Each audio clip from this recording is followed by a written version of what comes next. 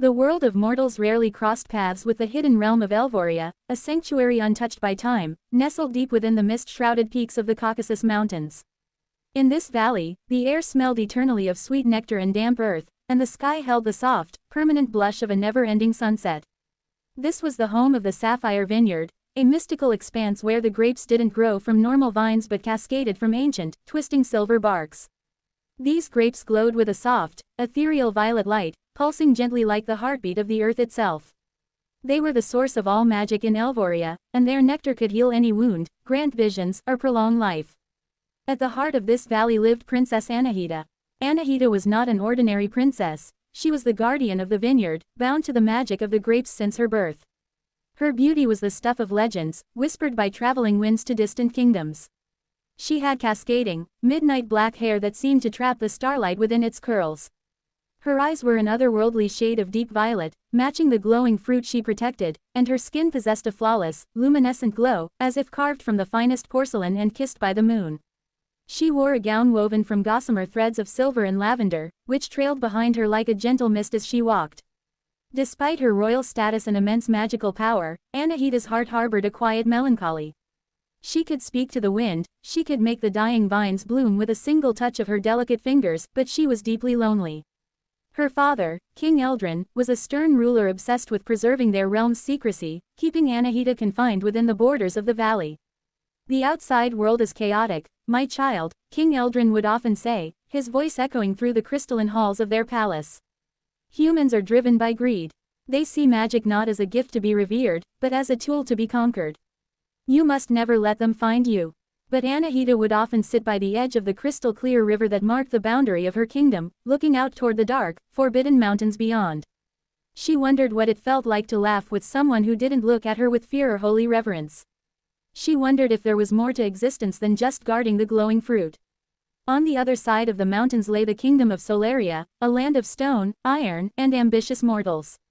Prince Kalen of Solaria was a man of action, a skilled warrior, and an avid cartographer. He had rugged features, sharp hazel eyes that missed nothing, and a heart that craved adventure more than the crown. Unlike his father, who demanded conquest, Kalen sought knowledge. He had spent years tracking old fables about a hidden valley that held the key to ultimate healing, a myth his kingdom desperately needed, as a strange, wasting sickness had begun to grip his people. Armed with nothing but an old, fading map passed down through generations of scholars, a silver compass, and his loyal horse, Kalen set out into the treacherous, uncharted peaks. I will find it, Kalen muttered to himself as he battled a freezing blizzard high in the mountains. Even if it costs me my life, I cannot let my people perish. Days turned into weeks. Kalen's supplies dwindled, and the cold threatened to freeze the blood in his veins. Just as his strength was failing and consciousness began to slip away, his horse stumbled through a hidden, narrow fissure in a massive wall of solid ice. As Kalen fell from his saddle, expecting the hard, freezing impact of snow, he instead hit soft, warm moss. The biting cold vanished instantly, replaced by a warm, fragrant breeze that smelled intensely of sweet, ripening grapes. Through half-closed eyes, Kalen looked up. The sky above was a soft, glowing pink. And there, standing just a few feet away beneath a canopy of glowing, purple-lit silver vines, was the most beautiful woman he had ever seen. Anahita stood frozen, her hands suspended over a basket of silver-woven fiber filled with glowing violet grapes. For the first time in her life, a human stood before her. The silence between them stretched, thick with wonder and mutual disbelief. Kalen tried to speak, but his throat was parched, and the sheer exhaustion of his journey finally pulled him into darkness. When Kalen reopened his eyes, he found himself lying on a bed made of woven silk and soft ferns inside a glowing cavern. The walls were embedded with thousands of tiny, luminous crystals that mimicked a starry night sky. The air was warm, and a gentle humming sound echoed through the space. He sat up quickly, his hand instinctively going to his hip, but his sword was gone. Do not alarm yourself, stranger. You are safe here, a voice spoke from the shadows. Anahita stepped into the light of the crystals. In her hands, she held a small chalice made of polished river stone, filled with a thick, glowing violet liquid. Kalen stared at her, completely captivated. Up close, her beauty was intoxicating. The soft purple light reflected in her large, expressive eyes, making her look like a creature born entirely of starlight and magic. Where am I? Kalen managed to ask, his voice hoarse. Who are you? You are in the sapphire vineyard, a place your kind is not meant to see, Anahita said softly, approaching the bed with cautious grace. And I am Anahita. Drink this. It will heal your exhaustion. Kaelin hesitated for a fraction of a second, looking into her pure, violet eyes. Sensing no malice, he took the chalice. His fingers brushed against hers, and an instantaneous jolt of energy, like a warm electric spark, shot through both of them. Anahita gasped softly, taking a step back, her cheeks flushing a delicate shade of rosé. Kaelin drank the liquid. It tasted like concentrated starlight, sweet, rich, and bursting with life. Instantly, the fatigue left his limbs. The scratches on his face closed up, and a profound warmth spread through his chest. He stood up, feeling stronger than he ever had in his entire life. This is incredible, Kaelin breathed, looking at his hands. The legends were true. The magical nectar exists. He looked back at her, his expression turning solemn and respectful. I am Prince Kaelin of Solaria. I did not come here to conquer or destroy, Princess. My people are dying of a terrible plague, and I came seeking a cure. Anahita's heart softened at his words. She had been taught that humans were ruthless monsters, but the man standing before her had gentle eyes and had risked his life not for gold, but for his people. My father, the king, will not understand your presence, Anahita warned him, her voice filled with sudden anxiety. If his guards find you, they will lock you away forever to protect our secrets. You must leave as soon as night falls. But I cannot leave empty-handed, Kaelin pleaded, stepping closer. Please, Anahita, help me. Anahita looked at him, torn between her duty to her kingdom and the intense, undeniable connection she felt toward this brave mortal prince. I cannot give you the nectar without my father knowing. But, I can show you the valley, and perhaps we can find a way. That evening, as the sky deepened into a rich shade of indigo, Anahita led Kaelin out of the cavern. The scene before them was breathtakingly beautiful. Millions of fireflies, glowing with gold and blue light, danced between the silver trees. The sapphire vineyard was in full bloom, the glowing grapes illuminating the forest floor like a carpet of fallen stars. A gentle mist rolled over the crystal river, catching the light and creating miniature, shimmering rainbows in the dark. It is beautiful, isn't it? Anahita whispered, looking up at the canopy. Beautiful doesn't even begin to describe it, Kaelin said, his eyes fixed firmly on her face instead of the glowing landscape. Anahita turned her head and caught him staring. For a magical, suspended moment, neither of them spoke. The wind whispered through the silver leaves, playing a melody that sounded like a love song older than time itself. Kaelin reached out, his hand gently lifting a stray lock of midnight hair from her face, his thumb brushing against her soft cheek. Anahita closed her eyes, leaning into the warmth of his human touch, a feeling she had yearned for without ever knowing it existed. Over the next 3 days, Kaelin remained hidden in the secret cavern, and every night, when the palace slept, Anahita would sneak away to be with him. They spent hours talking, bridging the gap between two completely different worlds. Kaelin told her about the vast oceans, the bustling markets of Solaria, the grand stone libraries, and the festivals under the summer sun. Anahita listened with wide, childlike wonder, her heart aching to experience the world through his eyes. In return, Anahita showed him the secrets of her magic. She led him to a hidden clearing where the oldest vine in the valley grew. Watch, she whispered. She closed her eyes, raising her hands toward the silver branches. She began to sing a melody in a language Kaelin did not know, a sound so pure and sweet it brought tears to his eyes. As her voice resonated through the clearing, the grapes began to pulse faster, and a radiant wave of violet light washed over the grass. Tiny, luminous flowers sprouted around their feet, blooming instantly in response to her joy. Kaelin was spellbound. He walked up behind her, gently placing his hands on her waist. You are the true magic of this place, Anahita, he murmured into her ear. Anahita turned around in his arms, her heart racing. Kaelin, I fear what will happen when you leave. I have spent my life in this valley, but these few days with you have made me feel more alive than 100 years of isolation. Kaelin cupped her face in his hands. Then come with me, help me cure my people, and then see the world by my side. I will protect you with my life.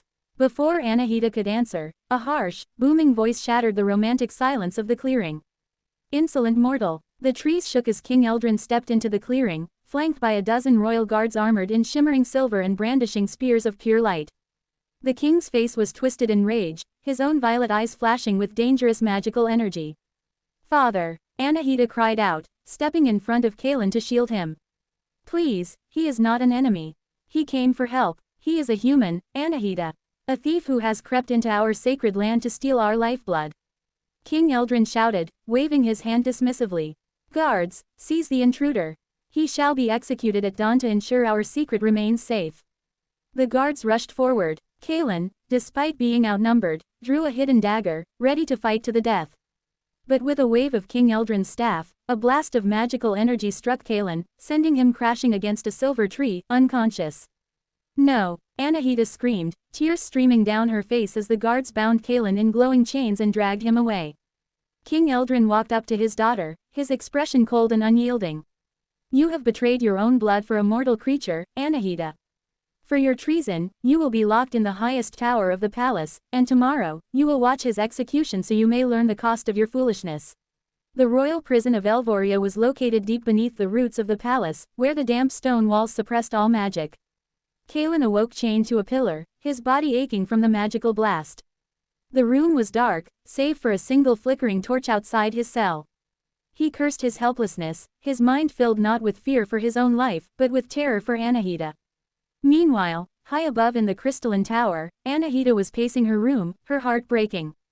The windows were barred with magical energy, glowing with a faint blue light that repelled her touch. She looked out at the sapphire vineyard, which seemed to have dimmed, its radiant violet light fading into a dull gray, as if the land itself was mourning her sorrow. I cannot let him die, she whispered fiercely to herself. I won't. Anahita closed her eyes and focused all her remaining energy. She didn't possess the brute force to break her father's spells, but her magic was deeply connected to the living earth. She placed her palms against the stone floor of her tower room and began to hum a low, vibrating tone. She called upon the roots of the ancient silver vines that grew deep beneath the palace. Slowly, responding to the desperate call of their princess, a thick, silver vine broke through the stone floor of her room. It twisted upwards like a snake. Anahita directed it toward the magical barrier on the window. The vine, pure and untouched by the palace's binding spells, wrapped around the glowing bars, absorbing the magical energy until the barrier shattered with a loud crack. Anahita didn't waste a second. She climbed down the massive vine as it unwrapped itself, slipping quietly into the shadows of the palace gardens. Avoiding the guards, she made her way into the dark dungeons. Using a small vial of highly concentrated grape nectar she had hidden in her dress, she touched the lock of Kaelin's cell. The pure magical energy dissolved the metal instantly. Kaelin looked up in shock as the heavy iron door swung open, revealing Anahita, her dress torn and her hands scraped, but her eyes burning with fierce determination. Anahita, Kaelin gasped as she rushed forward to unlock his chains. How did you? There is no time, she whispered urgently, pulling him to his feet. The guards will discover my escape soon. We must reach the hidden mountain pass before dawn. As they hurried through the dark, winding corridors of the dungeon, the palace alarms began to sound, a loud, resonant chiming that echoed through the valley. They know, Kaelin said, gripping her hand tightly. Run! They burst out of the palace into the night air. The valley was in chaos, with torches moving everywhere. Hand in hand, the princess and the mortal prince ran toward the border of the kingdom, the magical vineyard guiding their path as the glowing vines parted to let them through and closed behind them to slow down their pursuers. They reached the edge of the Elvoria realm just as the first light of dawn began to paint the sky in hues of amber and gold. Ahead of them lay the narrow mountain pass, but blocking their path was a massive, bottomless chasm, crossed only by a single bridge made of ancient, petrified wood. Suddenly, a gust of wind knocked them backward. King Eldrin descended from the sky, riding a cloud of shimmering mist, his face an absolute mask of fury. A battalion of guards surrounded them, their glowing spears pointed directly at Kaelin's chest. Step away from the mortal, Anahita. King Eldrin commanded, his voice trembling with anger. You have brought shame upon the royal bloodline. Stand aside, and let justice be served. Kaelin stepped in front of Anahita, shielding her with his body. He looked King Eldrin dead in the eye, his voice loud and clear. Your Majesty, you think humans know only greed, but I came here out of love for my people. And now, I would gladly give my life to protect your daughter. If you must kill someone, let it be me, but do not punish her for having a heart greater than your kingdom. Anahita squeezed Kaelin's hand, stepping up beside him. Father, if you kill him, you kill me too. The magic of the sapphire vineyard is dying because you have locked it away from the world. True magic is meant to be shared, to heal, to bring life, not to be hidden in fear. King Eldrin hesitated for a moment, struck by the truth in his daughter's words and the fierce, protective stance of the human prince. but his pride and centuries of deep-seated fear overcame his reason. So be it, the king whispered coldly. He raised his staff, gathering a massive ball of destructive, blinding white energy, aiming it directly at Kaelin. No, Anahita screamed. As King Eldrin unleashed the magical blast, Anahita threw herself in front of Kaelin. The blast struck her squarely in the chest. A blinding explosion of light filled the chasm. Anahita, Kaelin's voice tore through the valley, a scream of pure agony. The princess collapsed into Kaelin's arms, her violet eyes fluttering shut, her skin turning terrifyingly pale as her life force began to drain away. The silver vines throughout the entire valley instantly withered, turning black as their guardian's heart slowed down. King Eldrin dropped his staff, horror washing over his face. What have I done? He whispered, his hands trembling as he realized he had destroyed his own daughter. Kaelin wept openly, holding Anahita close to his chest. Please, Anahita, don't leave me, he begged, his tears falling onto her pale cheeks. You promised to see the world with me. Driven by sheer desperation, Kaelin remembered the vial of nectar Anahita had used to free him. He reached into his pocket and found a single, glowing violet grape that had fallen into his tunic during their escape. It was the last glowing fruit left in the dying valley. With trembling hands, Kaelin crushed the grape, letting its sweet, glowing nectar drop onto Anahita's lips, while kissing her forehead with a love so pure and profound that it transcended the boundaries of mortal and magical realms.